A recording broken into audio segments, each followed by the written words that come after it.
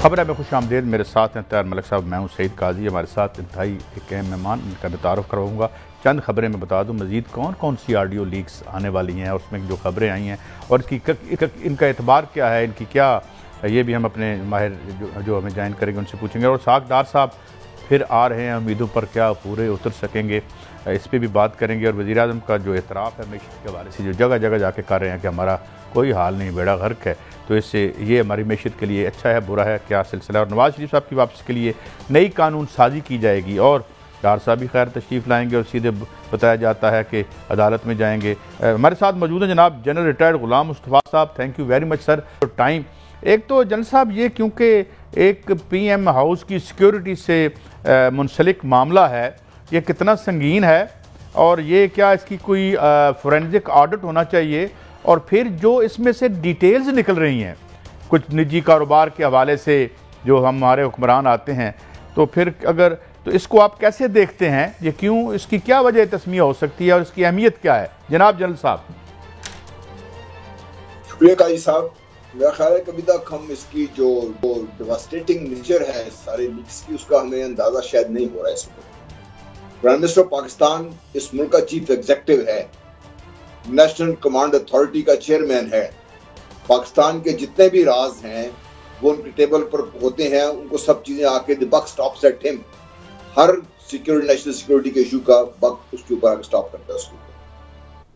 उस दफ्तर से, उस ऑफिस से लीक्स हो जाना बजाते खुद इतना बड़ा संगीन वाकया है, वो किसी भी कौम को हिला के रख देगा। और ना सिर्फ ये कि हमारी हुकूमत को इस संगीनी का एहसास नहीं है, बल्कि उसका सिर्फ एक सियासी पहलू देखा जा रहा है। जो ज्यादा खतरनाक पहलू जिसका मैं इशारा कर रहा हूं, उसकी तरफ तवज्जो नहीं जा रही। आज मैं देख रहा था कि हमारी हुकूमत ने एक JIT बनाने का फैसला किया। JIT क्या करेगी कि क्या ये हैक हुआ था या किसने डिलिबरेटली रिकॉर्ड किया था, और किस लिए रिकॉर्ड किया था, और कौन इसमें इन्वॉल्व है। ये चीजें अब देखिए, ये जो रिपोर्ट्स आ रही हैं कि ये सब लीक्स इंटरनेट पे गुज़श्ता एक माह से ज्यादा अरसे मौजूद थी। इस हुकूमत को और इनकी सिक्योरिटी सेटअप को इसका पता ही नहीं चला कि हमारे साथ ये हो गया है, और ये महीना इंतजार करते रहे। और जब ये चीजें सामने आई है तब भी कोई संजीदगी का मुजाहरा आप देख लीजिए कि वो कौन करेगा, इसका ऑडिट कौन करेगा, जो इसमें इन्वॉल्व है, जो उसके जिम्मेदार है खुद prime minister of Pakistan is directly responsible. कितना बड़ा सिक्योरिटी लीक उनके ऑफिस से हुआ है, और ये जिसने भी किया है वो तो बात पता चल जाएगा उसको, लेकिन वो तो उस ऑफिस में है, उस ऑफिस होल्डर का या उसका इतना बड़ा स्टाफ जो उनके साथ है वो क्या करता रहा इसका। तो ये चीज जो सिक्योरिटी के एस्पेक्ट्स हैं, जिसमें आपकी नेशनल कमांड अथॉरिटी आ जाती है, आपकी इंटेलिजेंस आ जाती है, आप मनसूबाबंदी करते हैं अपने मुल्क की बेहतरी के लिए दुश्मन के खिलाफ, वो सारी चीजें इस दफ्तर में होती हैं और यहीं से सारा कुछ आगे फ्लो करता है इससे। तो व्हाट डज इट शो कि कंट्रोल नहीं है? यानी PM साहब बहरहाल वो हेड हैं उसके, और फिर इस पे भी मैं आऊँगा। और साथ ये कि जो इंडिया से मशीनरी की मुबैना दरामद की भी बात हो रही है, तो ये सारा एक पॉलिटिकल टर्माइल बनेगा और फिर खाक उड़ाई जाएगी जनरल साहब? जी बिल्कुल, जैसा मैंने कहा सिक्योरिटी का एक इशू है ना, दूसरा आपका सियासी पहलू से आप इशारा कर रहे हैं। इस हुकूमत में बैठे हुए लोग पहले भी इन पे यही ये कर रहे थे, अब फिर यही कर रहे हैं। आप अवाम के श्रम को क्या समझते हैं कि अवाम को पता नहीं चलेगा इस चीज का सब कुछ क्या? और वो जो मैं सुन रहा था वहां कहा जा रहा है कि डार साहब आएंगे तो चुपचाप कुछ बंदोबस्त करके कर लें, यानी कि पहले भी ये कुछ करते रहे हैं। अगर इसी का अकरार ये अब कर रहे हैं, पहले भी ये करते रहे इसमें। अच्छा, एक चीज और जो मैं बताना भूल गया कि गवर्नमेंट ने एक्सेप्ट कर लिया है कि जो कुछ भी आ रहा है सही है, तभी इसकी सारी इन्वेस्टिगेशन कर रहे हैं। तो ये एक्सेप्ट करने के बाद जब ये सब कुछ आपके सामने ये आया, फिर पता चल रहा है जी कि वो किस तरीके से PTI के MNA इसका क्या करना है। आवाज जनरल साहब की मुझे इन्फ्लुएंस कर सके जी जैसा वो चाहते हैं वही काम हो। और जब देख रहे हैं कि हुआ इस चीज का मतलब ये है कि जिस तरह PTI वाले कह रहे हैं, इमरान खान साहब कह रहे हैं, इलेक्शन कमीशन डायरेक्टली गवर्नमेंट के अंडर कंट्रोल है, जो गवर्नमेंट चाहती है वो होता है, तो वो भी इसमें साबित होगा आपका। तो ये तो बहुत ज्यादा बड़ा सीरियस मसला है पाकिस्तान के लिए, और इस चीज का इतना संजीदगी से नोटिस लेना चाहिए। गवर्नमेंट तो उसका लेगी नहीं, क्योंकि गवर्नमेंट में लोग खुद इन्वॉल्व है इसकी चीज। अच्छा, मैं समझता हूँ कि ये मामला जनरल साहब, मैं आपकी बात से आगे बढ़ाना चाह रहा हूँ। ये जिस तरह आपने कहा, एक तो शहबाज शरीफ है वो ठीक हो गया, पॉलिटिकल इखलाकी तौर पे भी वो जवाबदेह है, मगर he is prime minister of Pakistan. इससे पहले इमरान खान साहब भी ये इस तरह की बात कर चुके हैं। उनका जो बनी गाला का घर है वहाँ से भी इस तरह की हालात मिले हैं। फिर इससे पहले मुझे याद है बेनज़ीर ने भी इस तरह का इजहार किया था। एज ए प्राइम मिनिस्टर मैं बात कर रहा हूँ। नवाज शरीफ ने भी इस बात का इस तरह की बात की थी एज ए प्राइम मिनिस्टर। तो ये किधर इतना बड़ा फेलियर है जिस तरह आपने शुरू किया कि ये तो सिक्योरिटी इशू है। वो अपार्ट द साइड के वो पॉलिटिशियन अच्छे हैं बुरे हैं, मगर they are the Pakistani face, वो रियासत की शक्ल है। तो कौन जिम्मेदार है इतने बड़े फेलियर का? देखिए, यही तो तयन करना बहुत लाजमी है। एक तो जो चीफ एग्जीक्यूटिव है पाकिस्तान का, वो डायरेक्ट रिस्पॉन्सिबल है जो उसमें तो कोई मुझे शक नहीं है। जहां तक इदारों का ताल्लुक है, उसमें देखिए PMLN ने IB को भी इतना एम्पावर कर दिया था और बंदा ने किन किन लोगों को एम्पावर किया है। और जिस तरह लोग आमतौर पर इशारा कर रहे हैं, तो जो इशारा लोग कर रहे हैं कि एस्टेब्लिशमेंट ने कराया है, एस्टेब्लिशमेंट क्यों कराएगी? अपने आप को खुद क्यों टेप कराएगी इसके बीच में? अगर आप ये देखिए तो इससे पहले ये नून लीग वाले खुद ही, अगर आपको याद हो तो जो हमारे एक्स बॉस थे इंटेलिजेंस के, उनके बारे में इन्होंने खुद ही बातें करना शुरू की कि ये लीक्स सामने आई हैं। और फिर नून लीग ने ही काफी सारी जो लीक्स थी, जब ऑडियो लीक्स थी, वीडियो लीक्स थी, वो सामने लेके आए हैं।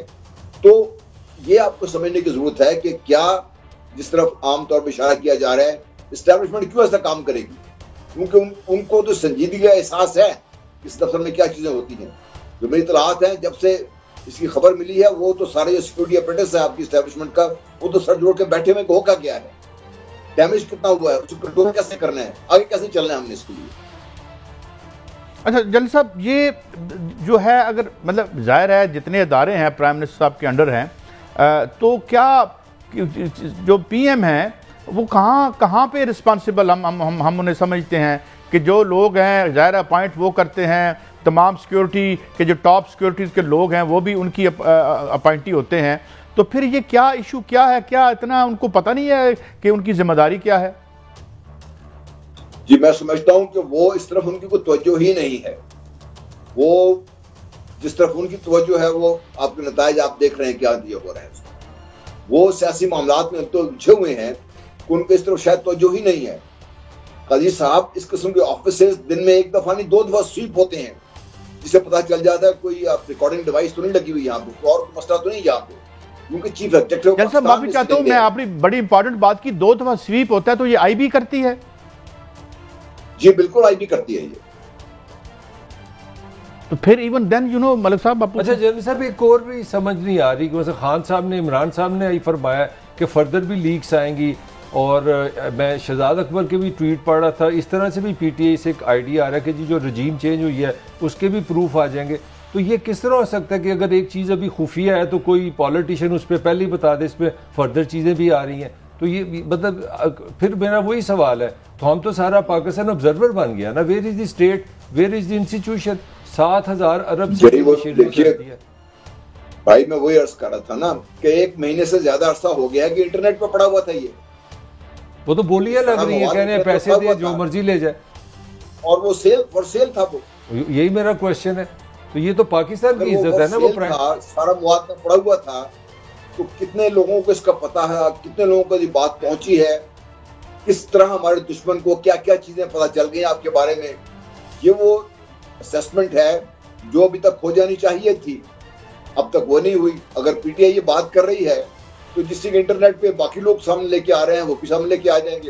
ये तो मैं ये भी देख रहा था सोशल मीडिया पे कि गवर्नमेंट ने खुद उनसे राब्ता किया है कि आप हमसे 5,000 रुपए ले लें, ये वापस कर दें हमें।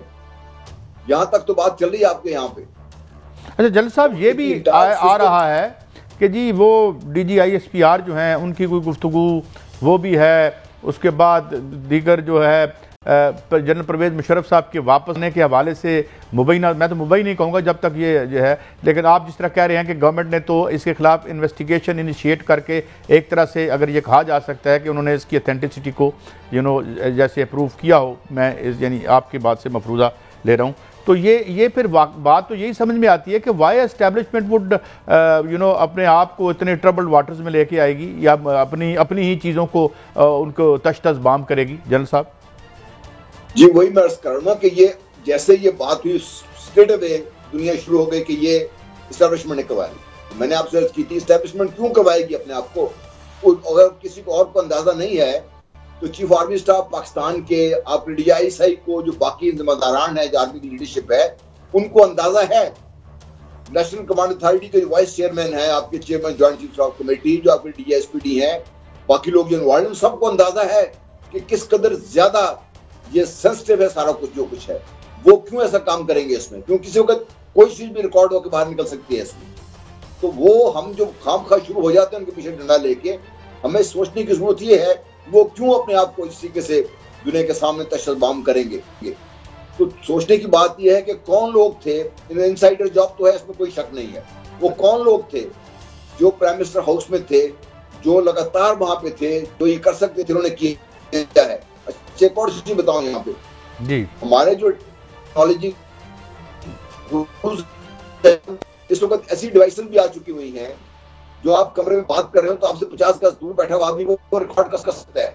आप कंप्यूटर पे टाइप कर रहे हो वो भी वहां पर रिकॉर्ड होता है। आप जब मैं बात कर रहा हूँ, 10-15 साल पहले की बात करूं, अब कहां तक आगे चलेगी टेक्नोलॉजी में उसका भी अंदाजा नहीं है। और हम ये बात बगैर सोचे समझे, हमारे जो हुकूमत के जिम्मेदारान हैं वो बैठ के बगैर सोचे समझे, चाहे वो अपने जाती गुफ्तगू है, ऐसी मामलात हैं जिस तरीके से वो अपने माली मामलात को निबेटने की कोशिश कर रहे हैं, वो सब कुछ कैसे सामने आ सकता है?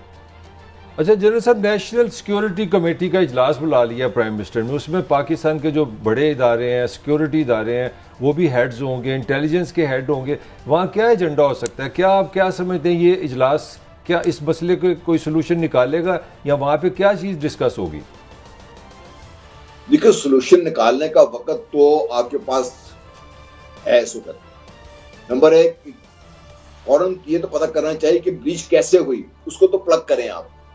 और बाकी जो भी सिस्टम, जो कुछ भी आपका डैमेज हो चुका है, जो इंफॉर्मेशन लीक हो चुकी है, उसको अंडू करें ताकि आपके जो राज दुश्मन तक पहुंचे वो खत्म हो उसमें। मैं नेशनल सिक्योरिटी की थोड़ी बात करूं, जो सियासी मामलात हैं वो तो अंडू नहीं कर सकते ये लोग, वो तो आपके सामने भी आता जाएगा जैसे आएगी चीजें उसमें। नेशनल सिक्योरिटी कमेटी में बैठ के अगर ये चाहती, गवर्नमेंट ये चाहती है कि बक अपने सर से गुजार के नेशनल सिक्योरिटी कमेटी के सर में डाल दे, जहां पे आपके दूसरे जिम्मेदारान मौजूद होंगे, तो ये इंतहाई गलत इक़दाम होगा। इस गवर्नमेंट को should be held responsible, accountable for this, ताकि पता चले कि आपके जो चीफ एग्जेक्टिव है उसकी जिम्मेदारियां क्या हैं, क्या उसको जिम्मेदारी का एहसास है।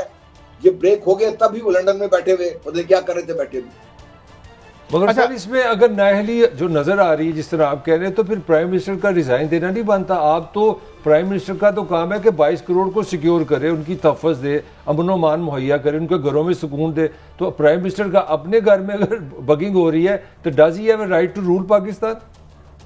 और no, he must resign and this government must resign immediately. This such a nature, जिसकी जो ब्रीच की नेचर है उतनी डिवास्टेटिंग है कि the government must resign और एक कमीशन बने headed by some very senior judge of your apex court, और वो बैठ के इसका तयन करे दिन रात बैठ के कि क्यों हुआ, कैसे हुआ, इस लीक को प्लग कैसे करना है, प्लग करने के बाद जो डैमेज हो चुका हुआ इसका उसे कैसे कंट्रोल करना है, और जो आपके दूसरे प्रोटोकॉल्स हैं जो शायद इससे निकल गए हों उनको कैसे आपने चेंज करना है, ताकि ये सारा जो आपका सिक्योरिटी ऑपरेटर्स है जिसमें बहुत सारी चीजें शामिल हैं वो सब दोबारा आप सिक्योर फील कर सकें उससे। अच्छा जनरल साहब, मैं एक थोड़ा आगे बढ़ता हूँ।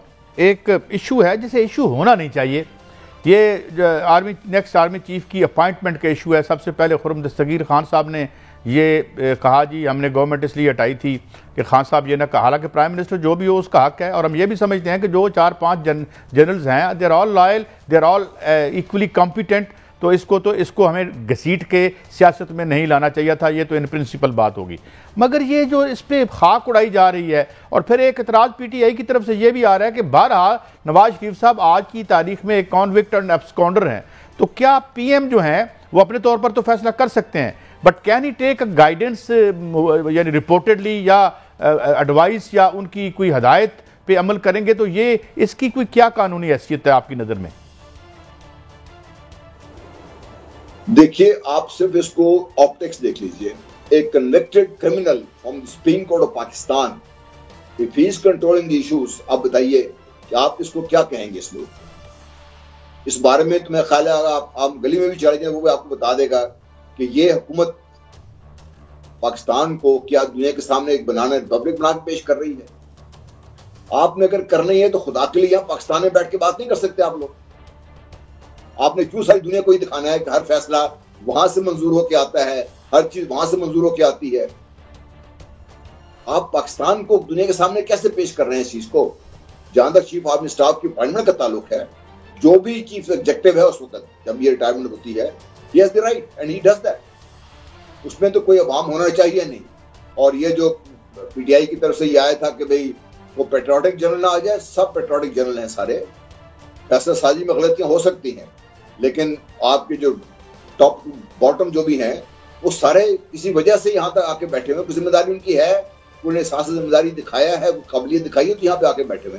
बिल्कुल ठीक कहा जलील साहब आपने, और मैं ये समझता हूँ कि हमने भी यही बात की है कि जो उस वहाँ तक पहुँचता, और फिर इतने बड़े आप अहदे पे हैं, चीफ एग्जेक्टिव हैं, और एक अपॉइंटमेंट पे आप इतने खौफजदा हैं, ये आपकी डेमोक्रेसी है। लेकिन इसके साथ ही मैं बिलावल भुट्टो साहब का एक शॉर्ट आपको सुनवाता हूँ और उस पर आपका और फिर मलिक साहब आपका भी कमेंट लेता हूँ। अच्छा जलील साहब, मैं रीफ्रेज कर दूँ क्वेश्चन। इस सवाल को पहली दफ़ा वफाकी वजीर जनाब खुर्रम दस्तगीर खान साहब पब्लिक में लेके आए कि हमने ये जो भी रजीम चेंज ना कहें चले, नो कॉन्फिडेंस इसलिए किया था कि ये इख्तियार उनके पास ना हो। ये तो खुद पीडीएम की तरफ से आया था। अब आपने इनको सुना है, how would you react to that? देखिए, पीडीएम ने इसको जितना पोलिटिसाइज कर दिया है और जो उन्होंने डैमेज कर दिया है आपके नेशनल सिक्योरिटी ऑपरेटर्स को और आपकी जो सीनियर हायरार्की है आर्म फोर्सेस की, मेरे ख्याल इससे बड़ा डैमेज और हो नहीं सकता।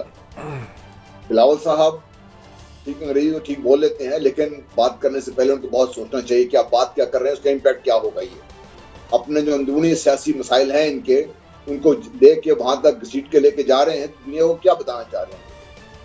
अब जबकि आर्म फोर्सेस डिलिबरेटली अपने आप को पीछे हट के बैठी हुई है ये, और ये मत भूलिए कि बिलावल साहब और उनकी पार्टी भी इसमें मुलव्वस रही है, एक स्टेज पर या दूसरी स्टेज पर ही।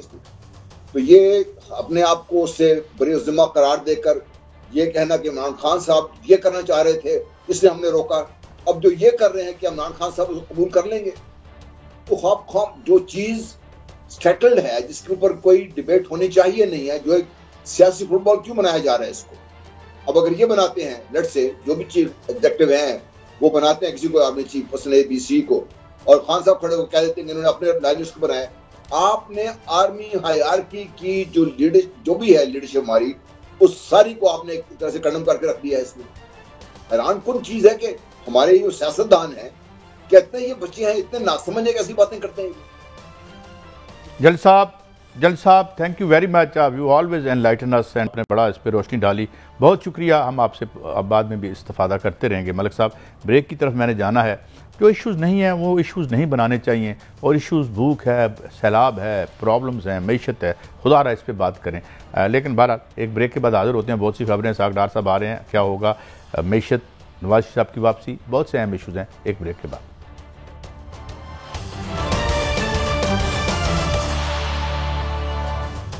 Welcome back. नाज़रीन, हमें ज्वाइन किया है मारूफ मईशतदान जनाब डॉक्टर इशफाक हसन खान साहब, नस्ल के प्रिंसिपल भी हैं और बहुत से जगह पे इन्होंने सर्व किया है। Thank you very much doctor साहब, आपने हमें टाइम दिया। डॉक्टर साहब, जो एक मैं अब क्या कहूँ, मिफ्ताह इस्माइल साहब का जो सुनहरा दौर था वो उसका अब खात्मा करीब है, और इसहाक डार साहब आ रहे हैं इस इकनॉमिक सिचुएशन में जिसमें हम हैं। बहुत सी बातें हैं इसहाक डार साहब के हवाले से, आप भी मिनिस्ट्री में काम करते रहे हैं, मुझे याद है इस्लामाबाद में। तो अब आप क्या समझते हैं, is he equal to the challenges जो हमें हो गए हैं, और वो क्या ऐसा आउट ऑफ द बॉक्स करेंगे कंसिडरिंग हिज ट्रैक रिकॉर्ड? क्योंकि मैं एक फ़िक्र और बोल दूं कि मेरी ज़ाती गलत या सही राय ये है कि ये जो डिबैकल और डिक्लाइन हुआ है, इसमें वो समाजी नज़रियात का बड़ा हाथ है जिसके वो एक कंपोनेंट रहे हैं, private public private partnership, privatisation and all that, and IMF। तो अब आप समझते हैं कि he will arrest the rot? Doctor साहब देखें, डार साहब गालिबन अक्टूबर 2017 में वो मुल्क से गए थे और अब वापस आ रहे हैं तकरीबन 5 साल के बाद। तो इस 5 साल में पाकिस्तान की मईशत और पाकिस्तान की सियासत में आसमान ज़मीन का फ़र्क हो गया है। इस 5 साल में पाकिस्तान की मईशत IMF ने बिल्कुल बर्बाद कर दिया है, और ख़ासकर इस पिछले 5-6 महीनों में इतना बुरा हशर कर दिया है पाकिस्तान की मईशत का IMF ने कि अब ये पहचान में भी नहीं आता कि ये पाकिस्तान की मईशत थी किसी ज़माने में। इतनी इसकी शक्ल बिगड़ गई है। दूसरी तरफ ये है कि इस 5 साल में मुल्क की सियासत एक ऐसे नहज पे पहुंच गई है कि जो कभी भी पाकिस्तान के 75 साल तारीख में नहीं रही, कि आज सियासतदान एक दूसरे के खून के प्यासे हुए हैं। ये इससे पहले यह मंजर कभी नहीं देखा था जो आज हम देख रहे हैं। इतनी एक्सट्रीम नेचर ऑफ पोलराइजेशन है इस मुल्क में कि एक दूसरे की शक्ल भी हम देखने को तैयार नहीं है, बैठना तो बहुत दूर की बात है। तो ऐसे माहौल में जब IMF ने पाकिस्तान की मईशत को तबाह व बर्बाद कर दिया और दूसरी तरफ सियासत भी तबाह व बर्बाद हो गई है, अब डार साहब ने आके क्या करना है इसमें? अगर मईशत को तरफ देखते हैं तो सियासी मार धाड़ जो हमारे यहाँ सिवाय सियासत में मारा मारी के और कुछ भी नहीं है। किसको गिरफ्तार करना है, किस पे मुकदमा बनाना है, किसको अंदर करना है, किसको बाहर लाना है, इसके अलावा और पाकिस्तान में कुछ हो ही नहीं रहा। तो ऐसे माहौल में डार साहब ने क्या जो है वो जादू की छड़ी होगी उनके पास में कि वो आते ही तमाम चीज़ों को वो बेहतर कर देंगे। मैं हमेशा कहता रहा हूँ कि ये चीज़ें आज जहाँ पर हैं ये आगे चल के मज़ीद ख़राब होंगी या ख़राब की जाएंगी, ताकि पाकिस्तान की जो भी हुकूमत अगले इस इलेक्शन के बाद आए उसके पास कोई ऑप्शन ना हो कि वो दोबारा IMF के पास जाए, ताकि ये रॉट जो है ये कंटिन्यू करता रहे आइंदा 3 साल तक। तो इसलिए चीज़ों को मज़ीद ख़राब किया जाएगा। तो अगर डार साहब अपने ज़िम्मे ये लेने चाहते हैं ये तबाही, तो मोस्ट वेलकम। अच्छा डॉक्टर साहब, ये जो लंदन से जो ज़राए हैं उनका कहना है वो तो बड़ी उम्मीद दे रहे हैं कि डार साहब ने बड़ा काम किया है डॉलर पे, और पाकिस्तान की जो सिचुएशन है उसमें उनके पास कोई बड़ा कोई जादूगरी टाइप सोल्यूशन है। मेरा आपसे सिंपल सा एक सवाल है जो मैं एज ए स्टूडेंट बात कर रहा हूँ, जो आप किस तरह डॉलर आप बढ़ा सकते हैं एक्सपोर्ट में इजाफा किए बगैर, नंबर 1। नंबर 2, अगर IPPs को मैं देखता हूँ तो 1100 अरब का हमारा खसारा है अपना तवानाई के सेक्टर में, और 2600 अरब हमने देना है डेट्स, हमारा कर्जा है। तो ये 2 बम जो इतने बड़े जिन पड़े हैं उनको छेड़े बगैर क्या उनसे जादू आप करेंगे?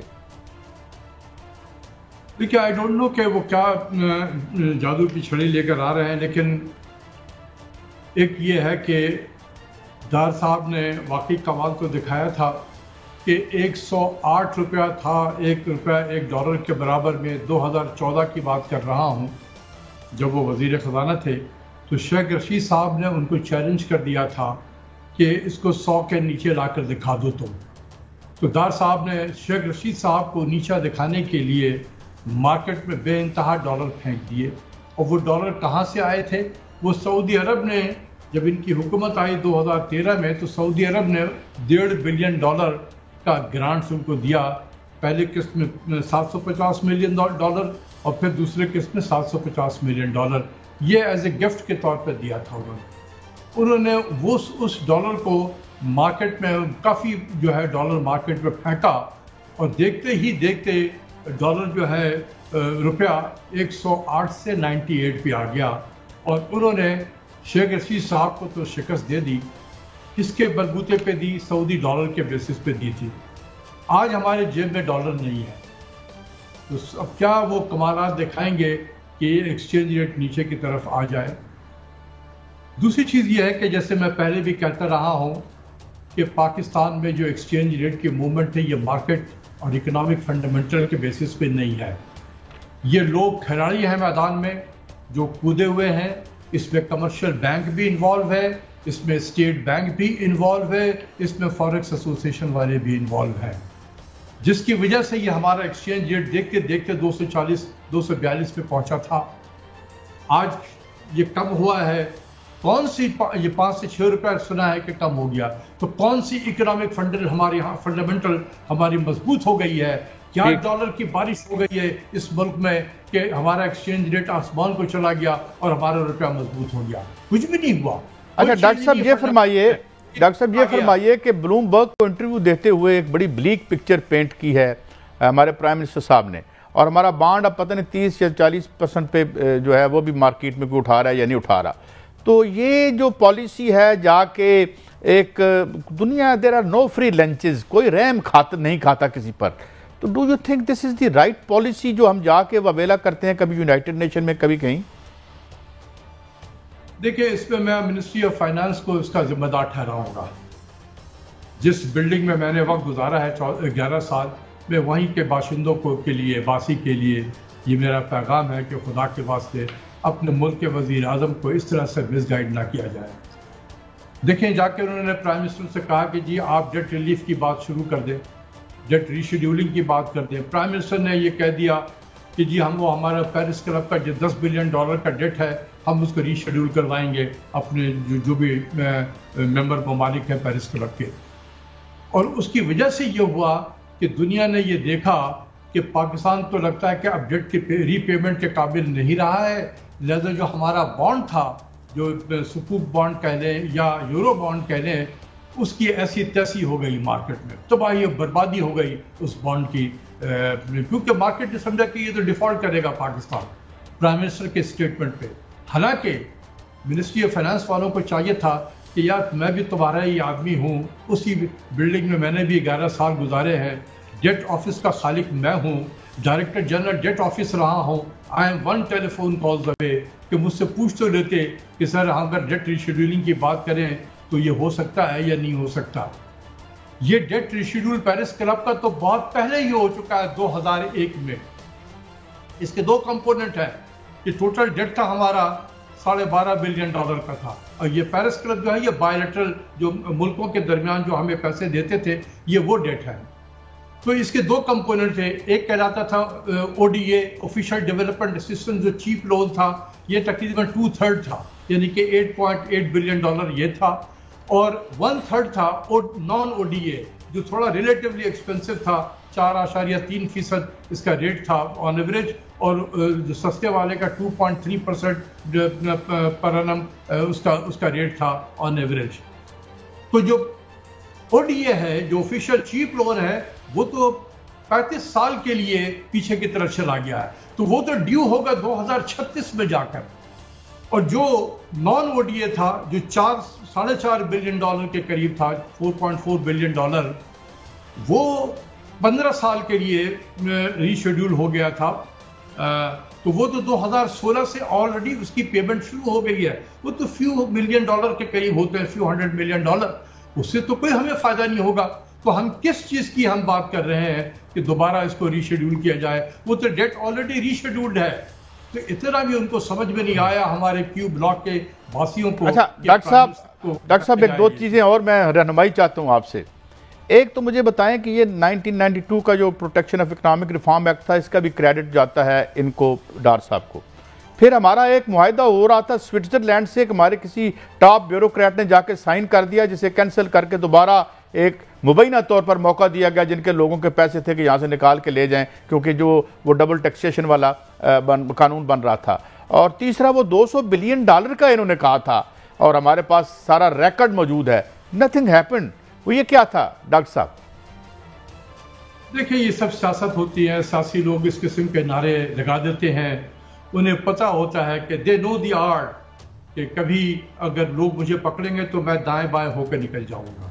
जिस सियासतदान के पास अगर ये गुर ना हो दाएं बाएं से निकलने का, तो वो सियासत पे रहने का या प्रैक्टिस करने का उसको कोई हक नहीं है। तो सियासतदान की बेसिक ट्रेनिंग होती है कि लफ्ज़ बोल दो, जब कभी पकड़े जाएंगे, जब मीडिया मुझे मेरा आईना दिखाएगा तो मैं इसको दाएं बाएं होकर निकल जाऊंगा। तो ये उसी तरह की चीज़ें हैं, इसको इतना ज़्यादा सीरियसली ना लें। अच्छा डॉक्टर साहब, ये इसका बता दें हमें कितना नेट, जो कहते हैं कि जो ब्लैक मनी की फॉर्मेशन हुई उसमें 1992 के जो एक्ट था उसका बड़ा हिस्सा था। Do you by that? देखिए, हम जैसे डेवलपिंग कंट्रीज के लिए फ्री फ्लो ऑफ जो डॉलर जो है ये मुनासिब नहीं है। ये शायद बहुत ही कम दुनिया में मुल्क होंगे जहाँ पर हम जैसे तरक्की पजीर मुल्कों में इतनी खुली छुट्टी दे दी गई थी कि you can bring millions of dollars in and you can take millions of dollars out without any question। तो ये इसकी वजह से मनी लॉन्ड्रिंग में बहुत हमें उससे उसको फ़ायदा हुआ, मनी लॉन्ड्रिंग को फ़ायदा हुआ कि लोगों ने बहुत डॉक्टर साहब आपकी फिगर थी, शायद मैं अगर गलत नहीं कह रहा, शायद आपका आर्टिकल देख रहा था, कुछ $150 बिलियन आप समझते हैं कि इसके जरिए आप लॉन्डर तो नहीं कह सकते, कानून बन गया था मगर लीगलाइज हो गया?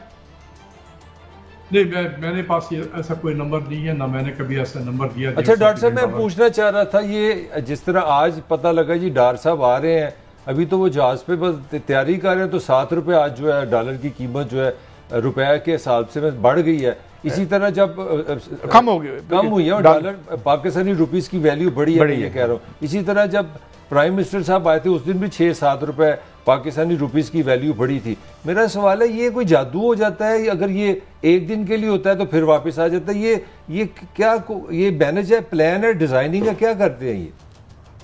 मैंने तो अभी इसका जवाब दिया कि ये उन लोगों को सोचना चाहिए जो बैठकर रियल इफेक्टिव एक्सचेंज रेट की बात करते हैं यहाँ पर, कि ये पाकिस्तान को मार्केट डिटरमिन्ड एक्सचेंज रेट होना चाहिए और ये रियल इफेक्टिव एक्सचेंज रेट होना चाहिए। ये बड़े बड़े मुश्किल अल्फाज बोलते हैं। आज सब बिलों में घुस के बैठे हुए हैं, छुप के बैठे हुए हैं, निकलते नहीं है वो लोग। वो उस वक्त निकलेंगे जब IMF में जाने की बारी आएगी, नहीं जब, तो ये बिलों से निकलेंगे और फिर ये आप तरह के टेलीविजन पे आएंगे और कहेंगे ओह पाकिस्तान को तो इसके अलावा कोई चारा नहीं है IMF की जाने के बगैर। ये एक सिस्टम है। इट इज ऑलवेज वेरी बड़ा मुश्किल होता है जितना आपसे हम इस्तेफादा करते हैं और जिस तरह आप हमें लाइटन करते हैं, मगर टाइम की वजह से मुझे बहुत शुक्रिया डॉक्टर साहब, हम आपसे इस्तेफादा करते रहेंगे और कोशिश करते रहेंगे कि लोग जो हैं कुछ बेहतरी कर लें, क्योंकि इसी मुल्क में हमने तो रहना है। बहरहाल एक ब्रेक के बाद हाजिर होते हैं और कुछ खबरें हैं। जनाब नवाज शरीफ साहब की वापसी, कानून साजी हो रही है, फिर पहिया घूम के वापस जा रहा है, ये कहाँ रुकेगा? एक ब्रेक के बाद।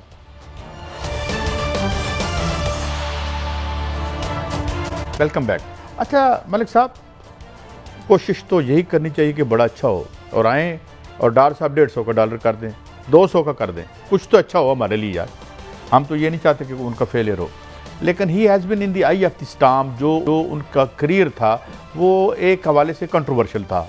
अगर आप देखें उनका आर्टिकल 164 का उनका बयान, काजी फैमिली वाला मामला, फिर ये protection of economic reform act पे भी बात करके गए हैं डॉक्टर इशफाक हसन खान साहब। और उसके बाद जो है ये जितना इकनॉमिक मॉडल है पब्लिक प्राइवेट पार्टनरशिप, इसमें ब्यूरोक्रेट, ठेकेदार और सियासतदान ने मिलकर हमारा भुरकस निकाल दिया। तो आप कैसे देखते हैं?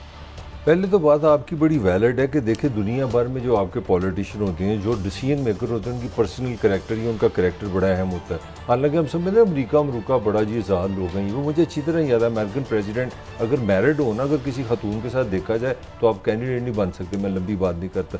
अब ये अपने हमारे इन्होंने समझ लें कि फाइनेंस को मैनेज करना है, तो सबसे पहले जो आपने हुदैबिया पेपर्स बिल का केस बताया, उसमें ये ऑन रिकॉर्ड है कि मैंने जो मनी लॉन्ड्रिंग किया वो शरीफों के कहने पे किया, सच है झूठ है बाप, ये मैं आर्टिकल 164 का बयान है, मैं वही बता रहा हूँ। मैं आपको इसी तरह इनसे पूछा गया कि जनाब आपके पास पैसे इतने कहाँ से आ गए हैं, तो इन्होंने फ़ौरन एक वो लेटर टाइप लिया जी कि एक अरबी शेख साहब ने कहा कि मैंने इनको अपना 83 करोड़ रुपए जनाब मैंने इनको कंसल्टेंट, तो उसकी मनी ट्रेल भी थी नहीं, कुछ नहीं, कोई बैंक बुक पे नहीं आप गए। फिर आपने वो जो इनका एक फार्मूला है, वैसे वो डॉलर उन्होंने बात जो की, इन्होंने ये फार्मूला किया, IMF ने भी पासन पे इतराज किया था मुशर्रफ के ज़माने में कि जनाब आप फिगर को कब करते हैं, तो उसमें भी 5 मिलियन का मैं नुकसान लॉस अपना वो जुर्माना हुआ। बल्कि मुझे याद है कोई थोड़ा मुझे रिमोटली आ रहा है कि आपके शो में भी कोई जिक्र हुआ था इनकी कोई पर्सनल लाइफ पे, कोई शादीशुदी वो चौधरी गुलाम हुसैन साहब मेरे को होस्ट थे, उनकी स्टोरी थी कोई शादी तो उसमें मैं समझता हूँ काबिल इतराज बात नहीं। ना आप मेरी बात, मैं आपकी टाइप हूँ, मेरे पास हक नहीं है किसी की पर्सनल लाइफ में इंटरफीयर करने का। मगर जो ये मुल्क जिसमें आप रह रहे हैं उसमें 62-63 है। आईनी तौर पे अगर मैंने MNA बनना है, सेनेटर बनना है, तो मैंने सच बताना है। अगर मैं सादुक उम्मीद नहीं, वो तो अपना हर बंदा, इमरान खान साहब को तो सुप्रीम कोर्ट ने कर दिया, इनको भी फिर होना चाहिए अगर वो जो आप इनकी कहानी बता रहे। मगर जो असल में पॉइंट की तरफ आऊँगा, ये तो थोड़ी सी इज्जत थी ना। देखिए हमने बड़ा एक हीरो बना दिया। मुझे डर ये है इसाक डार के बारे में कि जिस तरह हमने शहबाज शरीफ को हीरो बनाया था ना, बस इमरान नाकाम है, वो आएगा तो बत्ती भी सस्ती, रोजगार हो जाएगा, पंजाब में वो ये हो जाएगा, तो वो एक इश्तिहार भी अच्छा फिर ये जावेद चौधरी साहब मेरे दोस्त, मेरे कुलीग भी रह चुके हैं, हम एक इदारे में काम करते थे, उन्होंने कोई वेस्ट पब के हवाले से स्टोरी कही थी कि वो 2 कारखाने लगाना चाहते थे मुबैना तौर पर, इन्होंने उनके मुताबिक। वो तो मिस्टर ग्रीन तो पता है हमारी सियासत में तो शायद अब ये बहस ही खत्म होगी कि आपका कैरेक्टर पर्सनल क्या है। अच्छा, हमने शायद इस तरह का पॉलिटिकल कल्चर बना दी जहाँ अब ये बहस ही हमने खत्म कर दी है कि भाई आपने पाकिस्तान का फेस बनना है, पाकिस्तान का फेडरल मिनिस्टर बनना है, आपका पर्सनल कैरेक्टर क्या है। हालांकि मैं अपने जिस तरह आपको अमेरिका की एग्जांपल दी, दुनिया में अभी भी ये चीज़ वैलिड है, आप जो मर्जी करें, आपका पर्सनल कैरेक्टर है, जो ही आप कहते हैं मैं पब्लिक फिगर हूँ, पूरा सिस्टम आप पे आ जाता है जनाब अपना कैरेक्टर। अच्छा, फिर इन्होंने एक कमेंट किया, इनसे पूछा किसी टॉप की शख्सियत ने कि ये जो आप बना रहे हैं मेट्रो, ये जो है ये तो तकरीबन $11 मिलियन का, अगर मुझे याद आ रहा है, तो 1 किलोमीटर बना, चाइना में ये 3.5 मिलियन का बना और फ्रांस में ये 7.5 मिलियन का बना, तो उसकी एग्जॉर्बिटेंट प्राइस के हवाले से किसी अहम शख्सियत ने इनसे बात की, तो इन्होंने कहा था कुछ फैसले सियासी तौर पर भी करने पड़ते हैं। तो what was political about it? वही अब इस वक्त पूरे पंजाब के ट्रांसपोर्ट का बजट जो है वो लाहौर में लग रहा है। 40 रुपए की टिकट है, मेरा ख्याल है हर टिकट पे कोई 70 से 140 रुपए एक्स्ट्रा जा रहे हैं सरकार के, पंजाब हुकूमत, वो कभी भी वाइबल नहीं होगा। मगर मेरा क्वेश्चन ये है कि मेरा फिर आपसे भी एक सवाल है ना, ये खबरें हमारे भट्टी साहब ने भी दी थी बड़ी के साग डार के बारे में, ये कहा गया कि इकॉनमी में वो माइंस लगा गया, ये कर गया, तो फिर ये कैसा सिस्टम है कि आप फिर 5 साल पहले आप वज़ीर आज़म के जहाज़ में बैठते हैं, खुद साख्ता आप जिला वतन हो जाते हैं, और क्या पाकिस्तान है यार 2022 में फिर वज़ीर आज़म के साथ जहाज़ पे बैठते हैं। अच्छा, आखिरी मिनट में ये बात कर दूं, नवाज शरीफ साहब की वापसी सिस्टम में कौन जिम्मेदार है? जिम्मेदार तो यही हैं जो बाख्तियार होते हैं, मगर सवाल ये है कि अब ये सुप्रीम कोर्ट के चीफ जस्टिस के इख्तियारात को कम करने के लिए ये कानून साजी की बात कर रहे हैं। वो ये कह रहे हैं जनाब के बेंच साजी के लिए अब सिर्फ चीफ जस्टिस साहब नहीं कर सकेंगे ये बल्कि एक मतलब कुछ लोग होंगे। थोड़ा सा टाइम आपके काम है, मैं भी शेयर कर दूं। देखिए, जो लंदन से खबरें आई हैं वो आई है कि वो as a deputy prime minister Pakistan आ रहे हैं, और उनके आने का जो सबसे बुनियादी मकसद है कि वो एक इस्तकबाल की तैयारियां करेंगे वज़ीर आज़म नवाज शरीफ की, उसके लिए वो डॉलर सस्ता करेंगे, बिजली सस्ता करेंगे, ये उनका दावा है, ये मेरे से नहीं आपने बहस करनी। ये जो आने का सबसे बड़ा मकसद है वो उन्होंने नवाज शरीफ को पाकिस्तान लाना है, उससे इस्तकबाल की तैयारियां करनी है, उसके लिए 2 प्लान है कि वो डॉलर भी सस्ता कर देंगे, वो बिजली भी सस्ता कर देंगे। कानून साजी में ये तो फिर सुप्रीम कोर्ट के जो इख्तियारात हैं उन पर उसमें फुल बेंच का भी देखेंगे एक तो इनकी, लेकिन ये कोर्ट में चला गया, ये तो पीटीआई इसको सुप्रीम कोर्ट में ले जाएगी, वो ले जाएगी। मगर एक ये ग्रे एरिया बना रहे हैं ना कि जो नाहली है जो नवाज शरीफ पे हो गई है वो 10 साल की है, वो ताहयात है, क्योंकि कह रहे हैं कि आइन में ये नहीं लिखा हुआ। मैं एक सवाल आपसे करता हूँ, थोड़ी देर पहले अभी बिलावल भुट्टो साहब कह रहे थे, मैंने क्लोज करना है, ये सारे इदारे, ये सारे कानून एक खानदान के नीचे ताबे करने के लिए कानून ना ले आए, क्या ख्याल है आपका? जहां नहीं छुटे जनाब हम अबाबदी ला है, सर कोई बंदा पूछ नहीं सकता, तमाम इदारे एक खानवादे की मुझे खत्म कर उसकी खिदमत पर मामूर कर दिए जाएं, तो ये मेरे ख्याल में ख्वाहिशें पूरी नहीं होती, तारीख अपने चलन आप चलती है। देखते हैं आने वाले दिन कैसे होंगे। इजाजत, अल्लाह हाफिज।